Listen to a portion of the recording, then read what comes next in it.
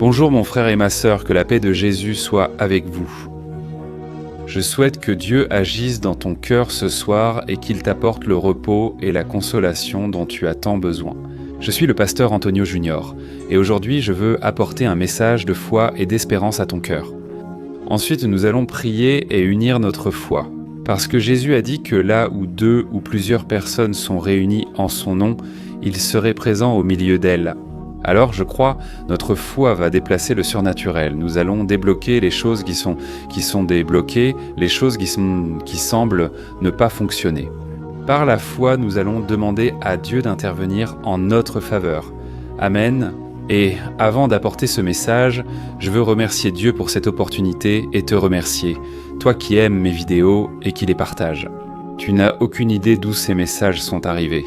J'ai entendu tellement de récits, de témoignages, et je glorifie le Seigneur pour cela, et je sais que beaucoup d'entre vous ont aussi été utilisés.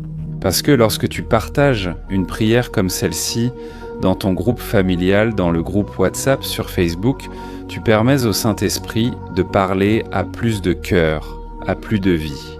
Et la Bible dit, là dans Ésaïe, que la parole ne revient jamais vide et qu'elle accomplit tous les desseins de Dieu. Alors, crois. Si Dieu touche ton cœur, partage aussi. Et toi qui n'es pas encore abonné à ma chaîne, clique sur le bouton s'abonner. À côté, une petite cloche va apparaître. Clique aussi sur cette cloche pour recevoir une notification quand je publierai une nouvelle vidéo. Tous les jours de la semaine, le matin à 6h et le soir, j'ai mis une prière et un message pour te bénir. Amen. Je ne sais pas comment va ta vie, mais j'imagine que si tu es comme moi, tu traverses des épreuves. L'ennemi s'est levé contre toi, surtout ceux qui décident de marcher sérieusement avec Jésus. Ils seront persécutés, ils seront éprouvés, c'est ce que Jésus a dit. Mais ces épreuves ne viennent pas pour nous tuer, ces épreuves viennent pour nous élever. Et nous voyons plusieurs exemples dans la Bible d'hommes qui sont tombés dans la fournaise, et Dieu les a exaltés. Dieu les a fait missionnaires, et ils ont prêché et parlé de l'amour et de la grandeur de Dieu. Nous voyons que des hommes qui n'avaient aucune capacité sont devenus capables à travers les luttes, à travers de nombreuses afflictions. Mais le grand problème, c'est lorsque nous, face à ces batailles, perdons notre foi. Nous commençons à douter que Dieu soit vraiment avec nous. C'est là que l'ennemi commence à semer la peur, le doute, l'insécurité, et nous regardons les circonstances sans trouver d'issue. Nous regardons notre salaire et nous voyons qu'il ne couvre pas toutes les factures. Nous regardons notre mariage et nous voyons qu'il s'est refroidi. On dirait que l'amour n'existe plus. Nous regardons la relation avec nos enfants et il semble que chaque jour, il devient plus difficile de les éduquer et de les amener dans la présence de Dieu. Et tout cela génère en nous un sentiment de culpabilité, un sentiment d'impuissance. Mais sachez une chose, mon cher frère et ma sœur, vous qui traversez ces mêmes problèmes, je veux te montrer dans ce message que Dieu est bien plus grand que ce que nous pensons. La grandeur de Dieu est illimitée.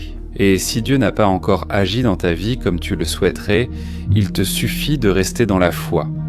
Il est aussi important de croire que de persévérer dans cette même foi. Amen. J'ai parlé de cela dans la prière que j'ai faite ce matin à propos de l'exemple de Pierre. Pierre a marché sur les eaux. Quand Jésus l'a appelé, il a marché sur les eaux et a vécu le surnaturel. Mais soudain, des vents contraires sont arrivés et Pierre a commencé à couler. De même, l'ennemi a tenté de faire sombrer ta vie. Pour que tu arrêtes de suivre Jésus, pour que tu arrêtes de marcher vers le miracle. Et peut-être que tu es très proche de ce miracle. C'est le moment de garder la foi. C'est-à-dire, Pierre a cru, mais il n'a pas réussi à rester dans cette même foi. Et c'est ce que l'ennemi veut faire dans ta vie. Mais si tu persévères, si tu n'abandonnes pas, même en te sentant mal, même en te sentant fatigué, triste et abattu, regarde à Jésus par la foi et tu vas surmonter toute la crise, toutes ces distractions dans ta vie. Amen, je veux te lancer un défi. Après que nous ayons fini de prier, tu vas aller à une fenêtre de ta maison ou à la porte de ta maison et tu vas regarder vers le ciel. Et quand tu regarderas vers le ciel, tu vas essayer de compter les étoiles. Et tu sais ce qui va se passer ? Quand tu commenceras à compter les étoiles, tu verras que c'est impossible, parce qu'il y a beaucoup d'étoiles.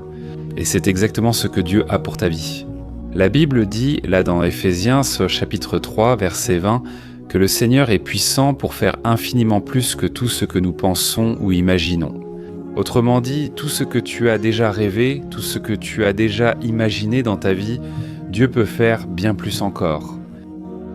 Les scientifiques disent que dans la galaxie, il y a environ 200 milliards d'étoiles, toutes créées par Dieu. Et la Bible dit que Dieu connaît chaque étoile par son nom. Alors on peut imaginer la grandeur du Seigneur. Et aujourd'hui, quand nous regardons les étoiles, nous ne pouvons pas toutes les voir. Jamais. Nous n'en voyons que quelques-unes. C'est-à-dire ce que Dieu a encore préparé pour nous. C'est quelque chose que nous ne voyons pas encore, quelque chose qui n'a pas encore germé dans notre cœur, qui n'est pas encore entré dans notre esprit, parce que ce sont des choses grandioses.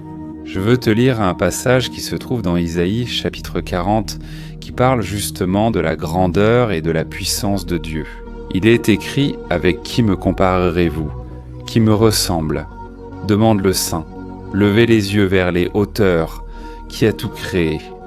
Celui qui met en marche chaque étoile de son armée céleste et les appelle toutes par leur nom. Sa puissance est si grande et sa force si immense qu'aucune d'elles ne manque à l'appel.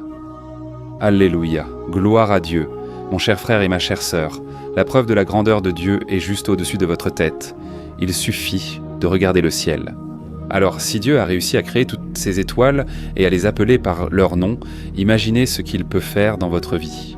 Imaginez ce que Dieu a prévu pour vous, non seulement pour cette terre, mais pour l'éternité. Ce que nous ne pouvons même pas imaginer, Dieu l'a préparé pour nous.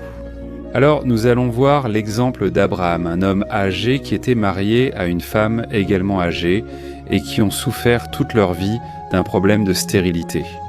Et pour le sacre et malgré cela, le Seigneur a promis à Abraham qu'il lui donnerait un fils et que sa descendance serait aussi innombrable que les étoiles du ciel et les grains de sable de la mer. Imaginez cela. Et la promesse s'est accomplie lorsque Sarah, sa femme, qui avait déjà 90 ans, a donné naissance à Isaac. Et face à tout cela, maintenant je veux que vous réfléchissiez. Quel a été votre problème ? Votre problème est-il vraiment si grand, au point que Dieu ne puisse pas le résoudre ? Le besoin que vous vivez est-il si grave ? Le Seigneur qui a créé toutes les étoiles, qui a créé les cieux et la terre et qui a permis à un couple âgé et stérile d'avoir un enfant, pensez-vous qu'il ne peut pas subvenir à ce besoin ? Alors, ne doutez plus de la grandeur de Dieu et ne diminuez pas la puissance qu'il a dans votre vie. Si vous faites cela, vous verrez que le Père vous dira la même chose qu'il a dit à Moïse. Maintenant, vous verrez si ma parole s'accomplira ou non. Mais pour que cela arrive, vous devez remettre vos problèmes au Seigneur et lui demander de vous aider à faire confiance à sa puissance. Amen. Vous devez arriver à un point où vous n'allez plus essayer. Vous allez simplement laisser cela entre les mains de Dieu et vous calmer. Gloire à Dieu. Fermez les yeux si possible. Et nous allons élever un cri maintenant. Et nous allons crier en croyant, sans douter, que le Seigneur est pour nous et qu'il va agir en notre faveur. Amen, Seigneur mon Dieu et mon Père, je me tiens maintenant en ta sainte présence ce soir pour te remercier, mon Père, pour ce message, pour ta parole. Et te remercier surtout pour la vie de ce frère et de cette sœur qui accompagnent maintenant ce moment de prière. Ô mon Père, que cette personne puisse être reconnaissante pour ta puissance et ta grandeur dans sa vie, qui ont déjà apporté tant de délivrance, tant de bénédictions, tant de miracles que, bien souvent, nous oublions, car ils sont nombreux, et il nous est impossible de tous nous en souvenir. Ô mon Père, c'est pourquoi ma demande ce soir est que nos yeux spirituels soient ouverts, afin que nous sachions que le Seigneur, qui est le Dieu créateur du ciel et de la terre, qui a créé les étoiles, qui a donné un nom à chacune d'elles, que nous puissions croire que le Seigneur nous appelle aussi par notre nom et que le Seigneur a une œuvre magnifique dans notre vie. Ô mon Père, pardonne-nous, car nous avons souvent oublié de te remercier et de te faire confiance. Et nous agissons par impulsion, nous agissons de notre propre chef. Et ta parole dit que nous ne devons pas nous appuyer sur notre propre compréhension, mais que nous devons faire confiance au Seigneur en tout temps. Et ainsi le Seigneur va redresser nos chemins. Ô mon Père, nous nous approprions en ce moment, Père, ta promesse, et nous ne vivrons plus, Père, dans cet amas d'anxiété et d'accumulation de peur, d'inquiétude, mon Père. Nous ne voulons pas ressembler aux gens du monde, Père, qui ne font pas confiance au Seigneur et agissent seuls. Mais aide-nous, Seigneur, cette nuit, afin que nous ayons une nuit paisible, une nuit de sommeil réparatrice. Et ne permets pas, mon Père, que l'ennemi vienne nous tourmenter avec des cauchemars, avec de l'oppression. Au nom de Jésus, nous réprimandons déjà tout mal, toute œuvre maléfique contre nous, contre notre maison. Satan, retire-toi au nom du Seigneur Jésus. Tu n'as aucun pouvoir contre nos vies. Que tu quittes cette famille, que tu quittes cette maison et que tu cesses de tourmenter, de provoquer la peur et de causer la destruction. Au nom de Jésus, Seigneur, ne permets pas, mon Père, que nous devenions lâches, car ta parole dit « Soumettez-vous à Dieu et résistez au diable, et il fuira loin de nous. » Alors, mon Père, nous faisons déjà cela, nous nous soumettons au Seigneur et nous résistons au diable, et il va fuir loin de nous. Au nom de Jésus, nous n'acceptons aucune oppression, aucune destruction dans notre maison à travers le diable, parce qu'il est un vaincu et il a déjà perdu, il y a 2000 ans, la bataille contre Jésus sur la croix, et Jésus l'a déjà vaincu. Il a déjà écrasé la tête du serpent. Alors, nous n'acceptons aucune défaite, aucune humiliation. Et que le Seigneur nous aide, mon Père, à ne laisser aucune faille à l'ennemi. Que nous ne cédions pas aux tentations, mais que le Seigneur nous fortifie à chaque tentation, à chaque épreuve dans notre vie. Au nom de Jésus, nous prions, recevons le miracle et croyons au Seigneur. Le Seigneur agit et agira en notre faveur. Amen, gloire à Dieu, alléluia. Mon frère, merci beaucoup de m'avoir accompagné jusqu'ici. Je souhaite que le Seigneur accomplisse une belle œuvre dans notre vie.